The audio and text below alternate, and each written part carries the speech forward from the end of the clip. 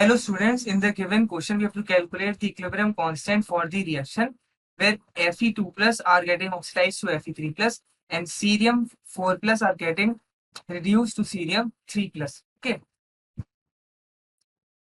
So we see for a given cell, E cell equals to E reduction potential of cathode minus E reduction potential of anode.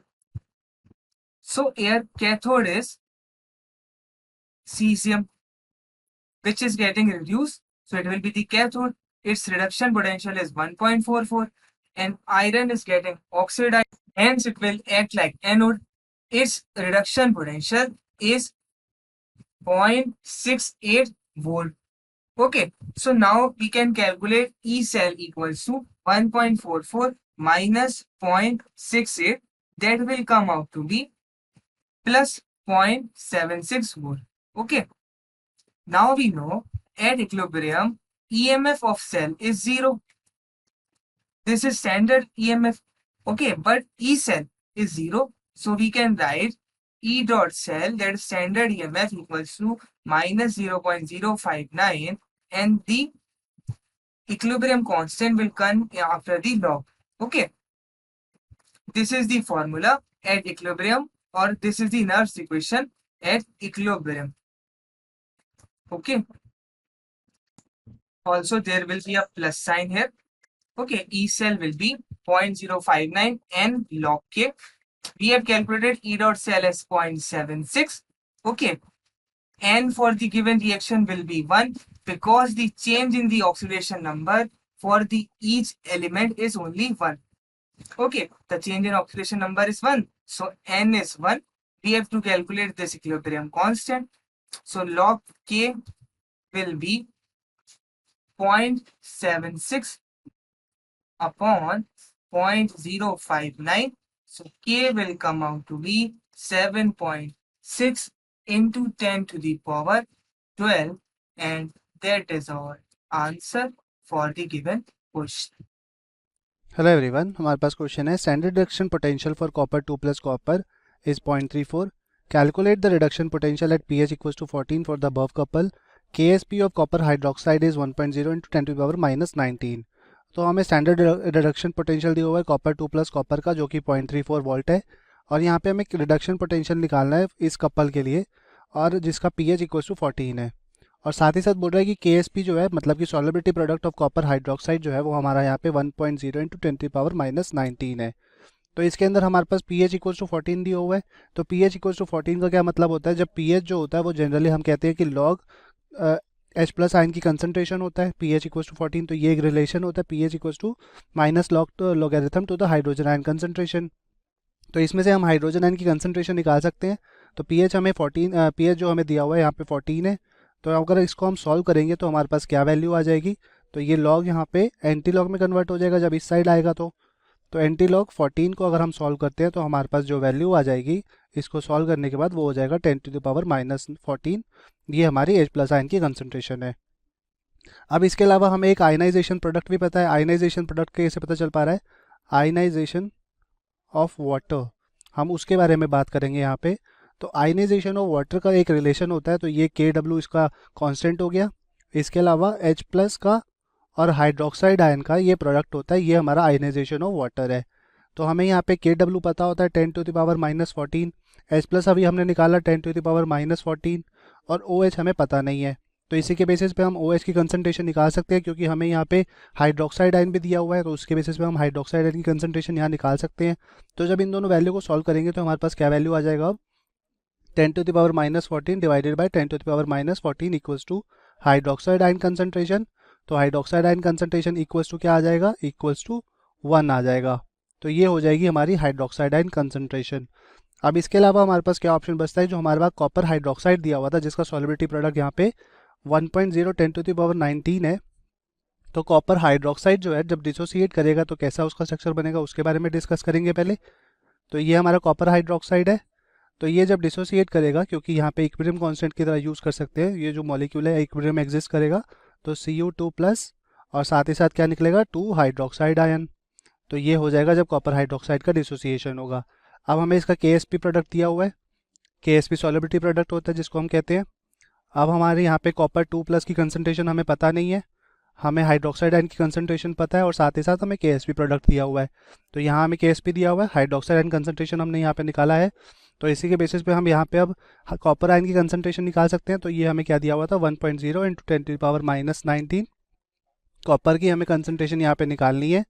Hydroxide की हमारे पास concentration जो आई वो 1 है। अगर इसको solve करेंगे तो कॉपर की कंसंट्रेशन 1.0 10⁻⁻19 आ जाएगी। तो ये होगी कॉपर 2+ आयन की कंसंट्रेशन। अब हमारे पास जो ऊपर कपल दिया हुआ था वो कॉपर 2+ और कॉपर दिया हुआ है, मतलब 2+ आयन और कॉपर इन सॉलिड दिया हुआ है, जिसका यहाँ पे रिडक्शन पोटेंशियल स्टैंडर्ड कंडीशन के अंदर 0.34 वैल्यू वोल्ट पॉजिटिव में दी हुई है। तो इसका मतलब हम यहाँ पे नर्स इक्वेशन यूज़ कर सकते हैं।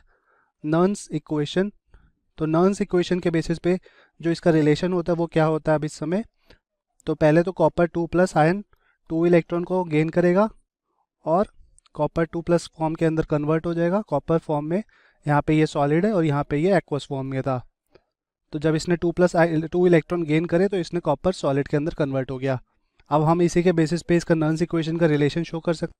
नर्स इक्वेशन क्या होती है, यहाँ पे ये E हो गया रिडक्शन पोटेंशियल, E0 हो गया स्टैंडर्ड रिडक्शन पोटेंशियल, और साथ ही साथ ये RT/NF। यहाँ पे R जो है वो E जो है वो रिडक्शन पोटेंशियल हो गया, रिडक्शन पोटेंशियल, और E0 हो गया हमारा स्टैंडर्ड रिडक्शन पोटेंशियल। इसको STD लिख देते हैं, स्टैंडर्ड रिडक्शन पोटेंशियल। और हमारे पास यहाँ पे R हो गया एक गैस कांस्टेंट जिसकी वैल्यू होती है 8.34 जूल पर केल्विन पर मोल। और हमारा यहाँ पे T जो टेम्परेचर है, क्योंकि T हमें यहाँ पे दिया नहीं हुआ तो हम एक स्टैंडर्ड 298 केल्विन ले लेते हैं, रूम टेम्परेचर जो होता है। F जो हमारा फैराडे कांस्टेंट है जिसकी वैल्यू 996,500 होती है। और N हमें यहाँ पे कॉपर 2+, यहाँ पे 2 इलेक्ट्रॉन गेन कर रहा है तो मतलब कि N = 2 हो गया।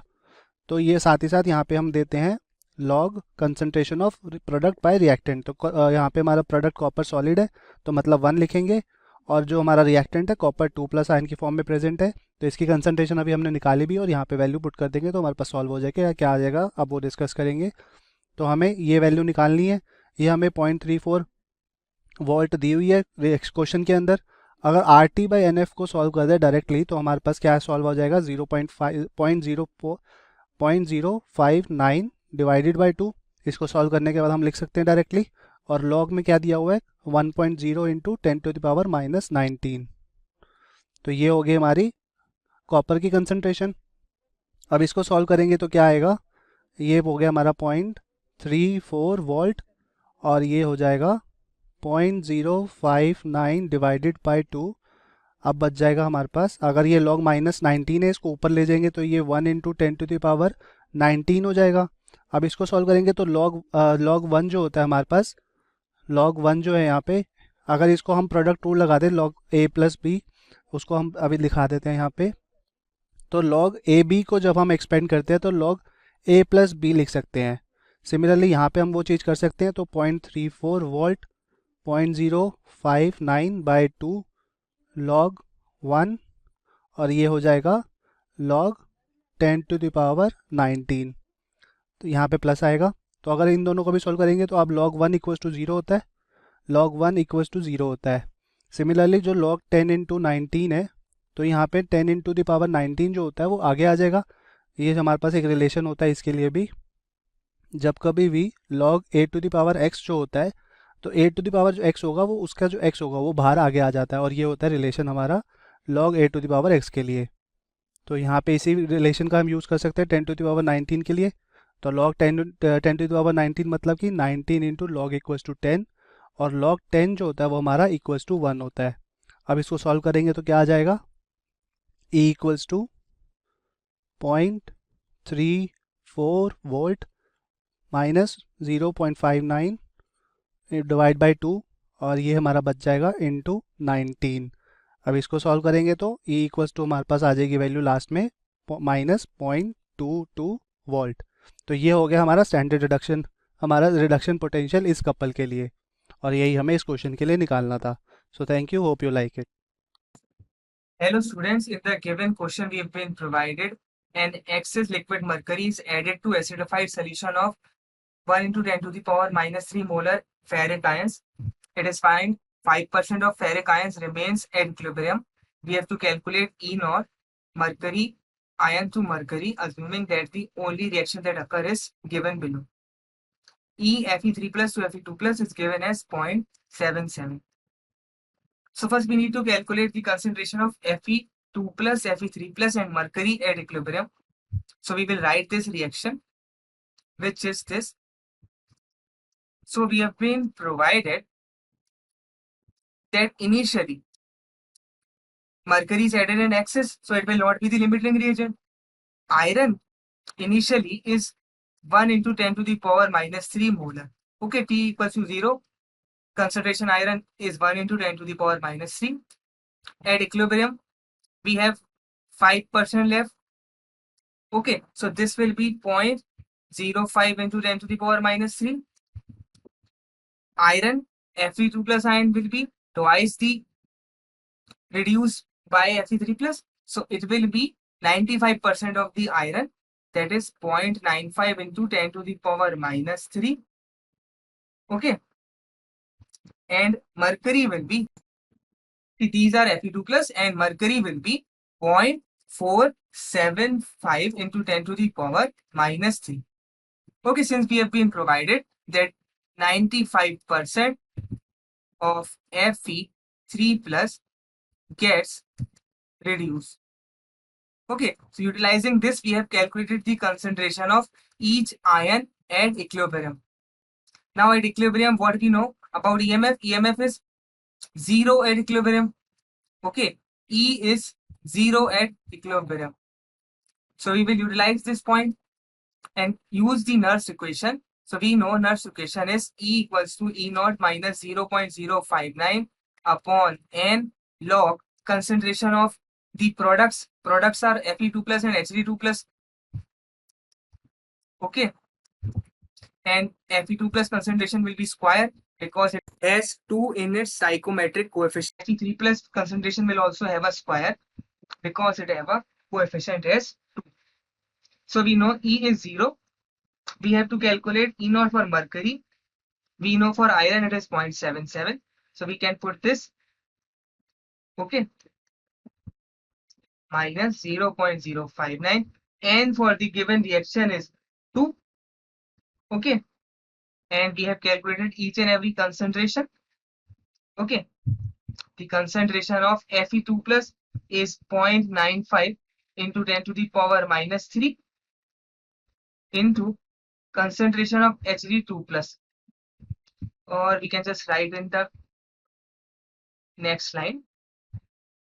Okay, minus 0.059 upon 2 concentration of Fe2 plus, that is 0.95 into 10 to the power minus 3 whole square into concentration of mercury, that is 0.475 into 10 to the power minus 3 upon 0.05 into 10 to the power minus 3 whole square.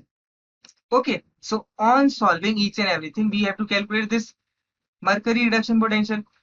So we will get on solving EHG2 plus 2Hg as 0.792 volt, and that is our answer for the given question. Okay, we know at the EMF at equilibrium was 0, and we utilize this to calculate the E mercury by putting each and every term. First calculating the concentration of all 3 ions at equilibrium and knowing the value of NH2 and utilizing Nernst equation, we get the value of EHG2 plus Hg as 0.792 volt.